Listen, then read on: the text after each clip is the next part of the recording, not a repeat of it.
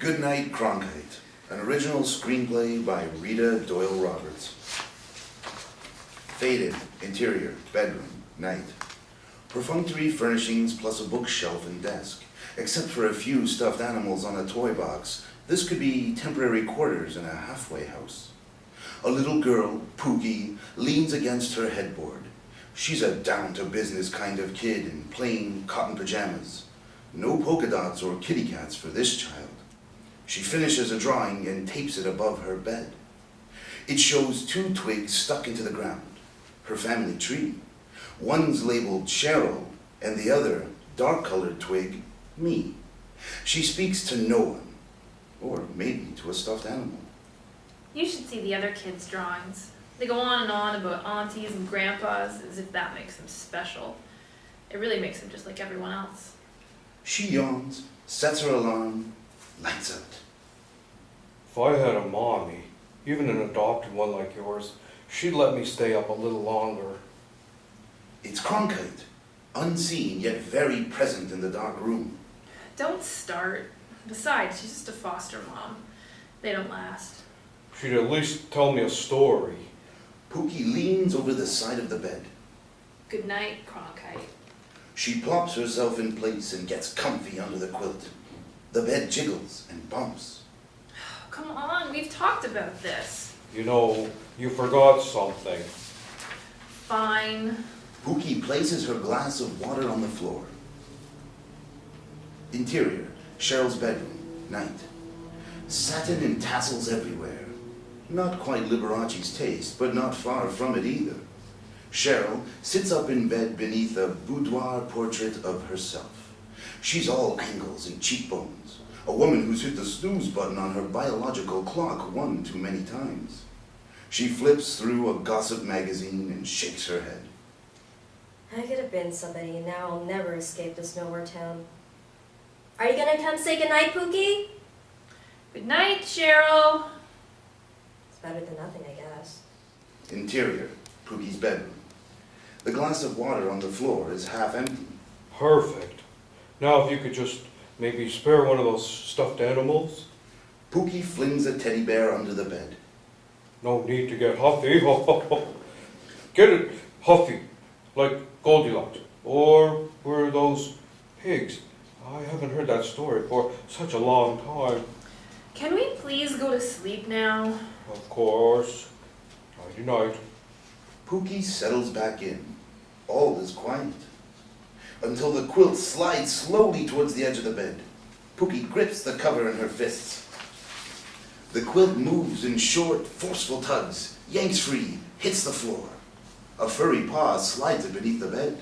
It's a little chilly in here, don't you think? Yeah, now I do. POOKY hangs upside down over the side of the mattress. Her long hair dangles while she speaks to a dark shadow below. I'll make you a deal. No deals. I'll unroll my sleeping bag and give you the extra fuzzy warm blanket. The one with the silk trim? If you'll be quiet and sleep on the floor next to me, it's yours. I can rub the edges anytime I want. Just don't wake up CHERYL. Do you think she might adopt me too? You'll never know if you don't come out. So, do we have a deal? I don't have any night-night clothes. POOKY flips on her lamp and shines it toward giant Mr. Teddy slumped in the corner with his plus-sized PJs. Maybe. Interior, bedroom, later. Mr. Teddy is now naked, stripped of his jammies. POOKY climbs on a wobbly chair, reaches on tiptoes for a blanket on the top shelf of her closet. A toy dump trunk inches towards the edge and triggers an avalanche. Toys and blanket crash to the floor. The blanket covers POOKY, now a squirming mound beneath it. CHERYL throws open the door. I don't care what went on in your last home. There's no need for... CHERYL drops her magazine. Silk robe falls open. She adjusts her glasses. Takes a moment to process. CRONKITE, POOKY's monster friend, an unidentified furry hunk of cuddles, wearing Mr. Teddy's sleepwear, tucked into his makeshift bedroll on the floor of her daughter's room. His Irish sea captain eyebrows arch above his beauty mask. Who's there? Cronkite's paw-like hands are curiously small for his size. Chewed, rounded claws click together nervously. His walrus mustache twitches in the silence over his buck teeth. He lifts the beauty mask off one eye. CHERYL stands frozen, stunned, mouth open, mute. Cronkite's little paw opens and closes in a timid howdy-do. CHERYL, semi-conscious, waves back. Cheryl, this is... CHERYL grabs Pooky's wrist and hauls her toward the door. Pooky drags the blanket with her. CHERYL tries to slam the door, but the blanket blocks it. Electrified with fear, Cronkite's fur juts out. Tiny rabbit ears on his bulky noggin stand straight up. He screams, but it sounds more like a roar. A very loud roar. Inside voices. Please. Pooky escapes CHERYL's grasp and slips back into the room. Cronkite dives back under the bed. His feet scramble, scrape the carpet. Filed claws can't get a grip. Somehow, this linebacker-sized monster fits himself under a twin bed. I just got you out. Don't regress. Pooky reaches for Cronkite, slides halfway under the bed. Oh, no you don't. Not on my watch. CHERYL lunges for Pooky, pulls her out by the ankle. No, we just had a breakthrough. Cheryl, stop. Pooky leads CHERYL towards the hallway. She calmly folds the blanket, turns out the light, and gently closes the door. Under the bed, Cronkite's eyes shine wide and wild. Blink. What is that? By the way, you've been with me long enough. Would it kill you to call me Mom? Exterior, bedroom, hallway. Pooky closes and ties CHERYL's robe over her lacy nightie. Get yourself together. You've just reversed months of progress. CHERYL picks up her gossip rag and shakes it at Pooky. We're not casting the Addams family here. Cousin hit, he's gotta go. I'll handle him. The cover photo catches CHERYL's eye. A movie star poses with a trained bear. A smile spreads across CHERYL's face. Pooky turns the doorknob, but CHERYL stops her, magazine under her arm. She reties her robe and squares her shoulders. I'm trained in these situations. Yes, but... What's up with all of you? Schizophrenia, agoraphobia, never mind. I'll make that assessment myself. But you can't kick him out. He's not ready. He's a sweet monster, so just be nice, please. When am I not nice? Miss Susie Sunshine? Might you be projecting now? Leave this up to me. Interior, bedroom. CHERYL kneels beside the bed but avoids looking under it. Hello, Mr. Monster. I'm CHERYL. His name is Cronkite. Strange names for starters. Make a mental note. Cronkite inches as far away from her as possible. His chest heaves short, scared breaths. Pooky kneels on the far side of the bed and strokes his fur. Take a deep breath. I'm right here. Cronkite whimpers but inhales. His breathing slows. Yes, you couldn't be in better hands. I know troubled psyches of all sorts. Nut jobs of every shape and size. And now, species. Where's that notebook? I need to write that down. Cronkite chews his claws. Am I a nut job? Don't pay any attention to her. Really, Pooky? A sleeping bag on the floor? Let's make you a real bed. You can sleep in my room. Cronkite's eyebrows raise. He spits out a bit of claw. You never let me sleep in your room. Shh! Don't interrupt the process. I just got a terrible craving for nuts. Is that normal? Maybe a bedtime story? Pooky's jaw drops. Cronkite gasps. Now's your chance, but only if you come out. Does this mean I have a mommy?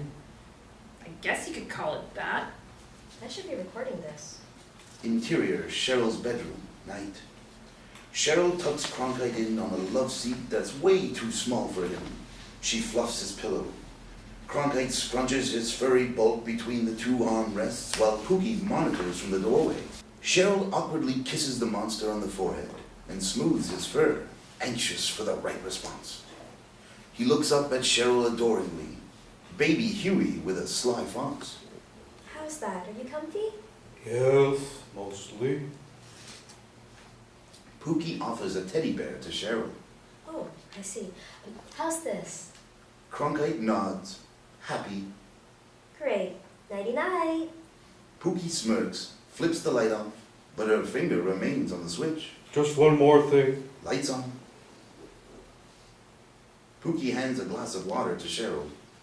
Of course. Here you go. We all need a little attention sometimes. Lights off. A moment of silence. Lights on. Good night, you two. She leaves Cheryl to learn the routine for herself. Interior, Pookie's bedroom. Pookie settles into bed with a bemused smile on her face. Sounds of a toilet flushing. Water runs. Okay, are we good now? Click, If only there was a nightlight, I wouldn't have to bother you again. click. Fine. But after that... Pookie rolls over and immediately falls asleep. Interior, kitchen, morning. Old-fashioned, barely used appliances shine like new. Newfangled gadgets line the linoleum countertops. Cheryl leans on the sideboard. Robe droops off her shoulder. Bed head and puffy eyes tell the story of her night. Bright as sunshine, CRONKITE clutches a serving spoon in his fist. Cheryl pours cereal into his bowl. Pookie enters fully dressed, but stops short at the seam. Didn't expect to see you up already. CRONKITE smiles. Sugary mush gushes past his teeth. Cheryl yawns. You made breakfast for me? Things to do. Let's get a move on. CRONKITE scoots the cereal box towards Pookie. No thanks. Pookie eats half a grapefruit with toast while CRONKITE studies her every move. He eyeballs the extra half of grapefruit. Go ahead. He mangles the grapefruit, but a section rests on his spoon. He sits up straight and delicately places it on his tongue. Ack, sour, he spits it out. How can you eat that? I say live a little, but Pookie has her standards. Who am I to argue? Cheryl pulls up a stool next to the monster in striped pajamas and steals a sugary puff from the overflow of his bowl. CRONKITE inches his cereal further away from Cheryl.